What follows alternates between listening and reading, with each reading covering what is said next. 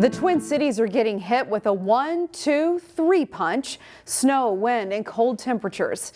As you can imagine, keeping the roads safe and clear is challenging when it's this cold. Reporter Sonia Goen shows us what MnDOT is doing to stay on top of the winter mess.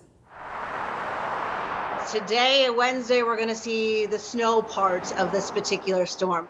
Heavy snow hit the Twin Cities Metro on Wednesday, creating slippery and even dangerous roads and sidewalks. Some places may get anywhere from 4 to 10 inches of snow. We're waiting to see where exactly those big areas are.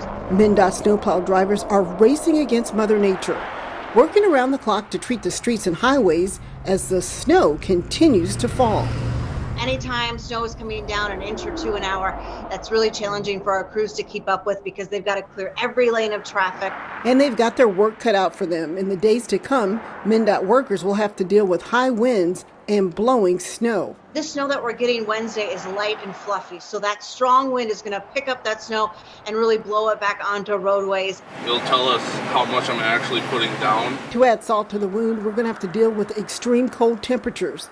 And the chemicals MnDOT uses to treat the roads don't work as well in those temps. We do put in additives to the rock salt and the brine to help lower that freezing point, but it is a slower process whenever we're dealing with this extreme cold. In the meantime, officials are urging drivers to slow down, stay clear of the snowplows, and if you don't have to be out in this mess, stay home. The real challenge is it just takes longer for us to get the job done, to get roads back in the clear. We want motorists to be aware of that. Sonia Goen, CCX News. Grocery stores are a busy place in the days leading up to Christmas, but when you throw in a massive snowstorm, it creates quite the double whammy. We sent Elaine Cleveland out to a local grocery store to check in on the shopping madness. The holiday shopping season isn't just confined to malls and big box department stores. I'm up and at 'em this morning. Better get in early before the crowd, if there is any. At Olmsted's Fresh Market in Crystal, it's a week that's already one of the busiest of the year. We've got lunch meats, hamburger, rice, and some of the essentials for our house. But thanks to Mother Nature, they've been hit with an even bigger rush than they're used to. We tend to have a little bit older clientele, and they get concerned about what the weather's going to be like and stuff. Staff members say business over the last couple of days is roughly 90% higher than normal. The whole day yesterday was actually pretty crazy, and Monday was very good too. The big question, according to Jim Olmsted, is whether the rush will continue or if the snowstorm that was forecast just shifted the shopping to earlier in the week. Whatever it is, we'll handle it. Either way, he says they're well stocked. I think on the whole, we're in pretty good shape. For now, people are picking up essential grocery items like milk, bread, and bath tissue, just in case travel becomes difficult. Of course, we just have fruitcakes, peanut brittle, all kinds of different things that we make just during the holidays. Yet while they're here, they're grabbing a few holiday treats as well. Some of the things that are drawing people in are seasonal items like the ever popular fruitcake and some lesser known items that are steeped in tradition. This is Julekog. It's a Scandinavian bread that's, if you eat it, it's supposed to give you good luck during the holidays. Cardamom, I think, is the major spice in it, but we do very well with it. We sell a lot of Julekog. It didn't take long to find someone who came in to pick up a loaf of the lucky Scandinavian bread. I actually don't like it. I'm gluten-free. I buy it for my mother. Shopping for others is, after all, what the holiday season is all about. Although with a bakery section like Olmsted's, where nearly everything is made from scratch, the temptation to buy for yourself is real. I think I might just pick up some fruitcake for the weekend. That'd be fun. Elaine Cleveland, CCX News.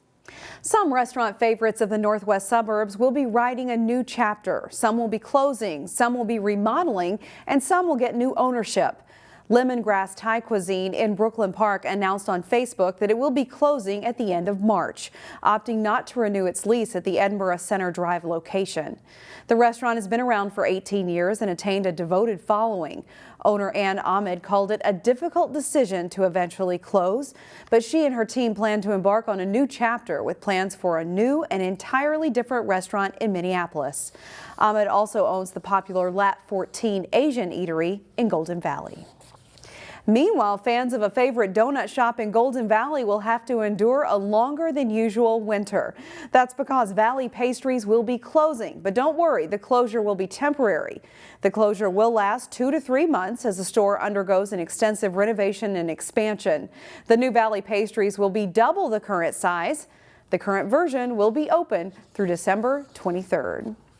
And a slice of Italy in Robbinsdale, Nonna Rosa's restaurant now has a new owner.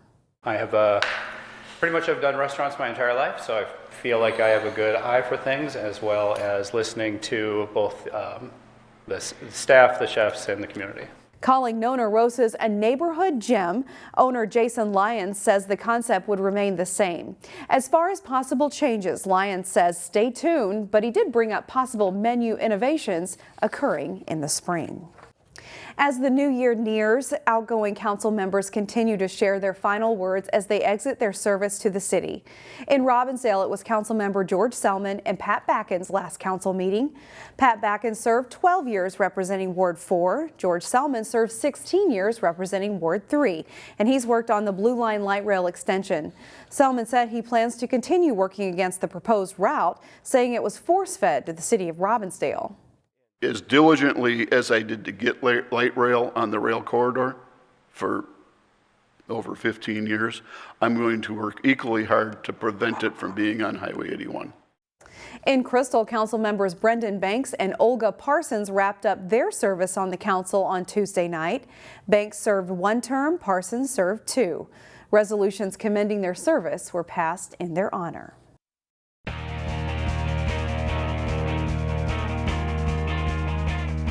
Besides being the first day of winter, Wednesday is a big day for some talented high school football players in the area and for their future teams. The early signing period for NCAA letters of intent included players from the northwest suburbs.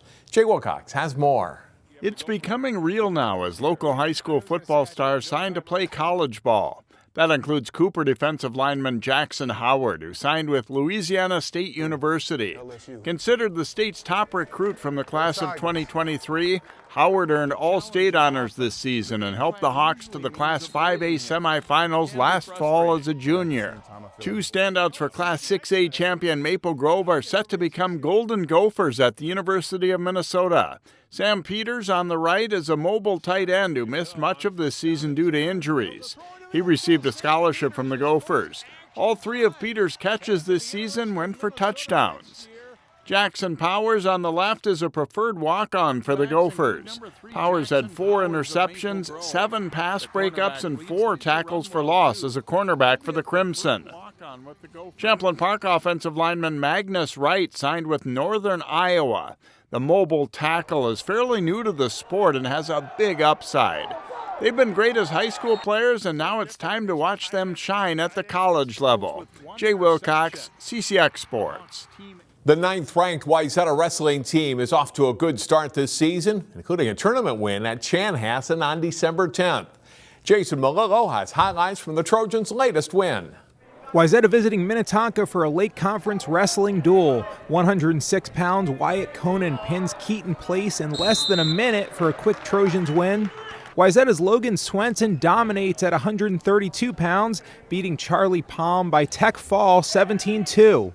145 pounds, Wayzata's Andrew Larson puts down Drew Amon and then pins him for another Trojans victory. Wayzata's Kyler Wong is ranked number 1 in the state at 160 pounds. On this night, he wrestles at 170 and builds a big lead over Porter Weber and eventually wins by fall. The 195-pound match is a good one. Wayzata's Aiden Farticek gets the reversal on David Brandt, breaking a 4-4 tie, and Farticek holds on to win a 7-6 decision. And at 285, Wayzata's Briggs Opp pins Joshua Benbow. The Trojans win 8 matches by fall and take the duel 68-9. Jason Malillo, CCX Sports. Maple Grove's girls basketball team has loaded up its non-conference schedule with some tough opponents, including on Tuesday, their former rival from Section 8-4A. Maple Grove at home for this one for a matchup between the 9th-ranked Crimson and the 2nd-ranked Knights. Jakayla Kraft uses the screen and then drains the long jumper for STMA. Kraft gives her team an early 12-4 lead. Nice quick release three from the corner by Lexi Hanna from Maple Grove. She nets 7 points in the game. It's 16-10 Knights. Jordan Odie is having a great sophomore season for the Crimson. The nice step back two pulls Maple Grove within 5. Kraft gets a step on Odie and takes it all the way to the basket to score. 18 points for Kraft in the game. STMA leads by 10 at halftime. Second half, Odie is bombs away on a three-pointer and hits. She scores 25 points in the game as the Crimson briefly take the lead.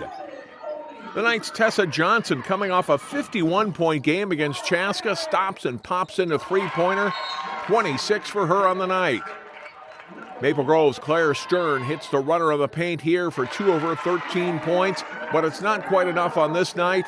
Callie Janke drives, scores, and is fouled late as St. Michael Albertville improves to 6-0 on the season with a 68-63 win. Maple Grove is now 5-3. And that's it for sports. More CCX News after this. Find more prep sports games and highlights at ccxmedia.org and follow us on social media.